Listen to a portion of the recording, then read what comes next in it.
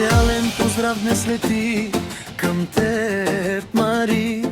От жената до сърцето ти, твоята Иза, нали? С едно единствено желание в този свят голям,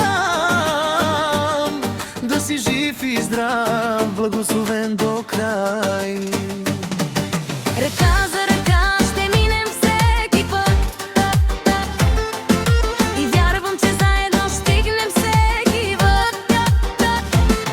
Ще се радвам с теб на всяка твоя победа, а в трудните дни ще бъда твоята опора и надежда.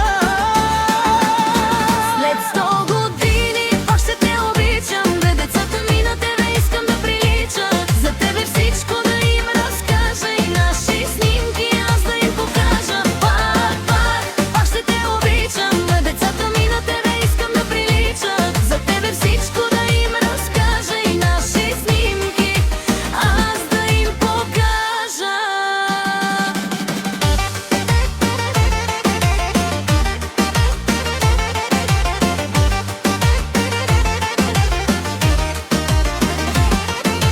Ти си най-прекрасният мъж в живота ми, моя сила, моя дом, моите мечти. С теб дори мълчанието звучи като песен, а любовта ни прави всеки ден по-лесен.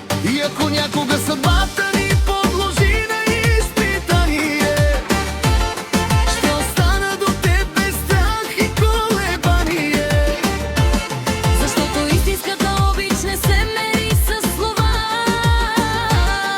а с това да останеш, когато боли света.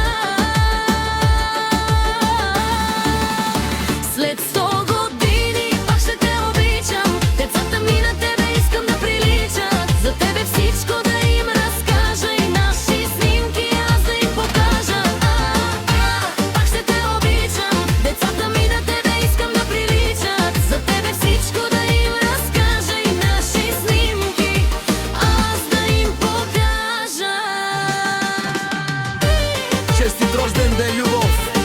Моя искам да знаеш, че твоята и завинаги ще до теб и ще те обича винаги и завинаги за най-прекрасният мъж, Мари.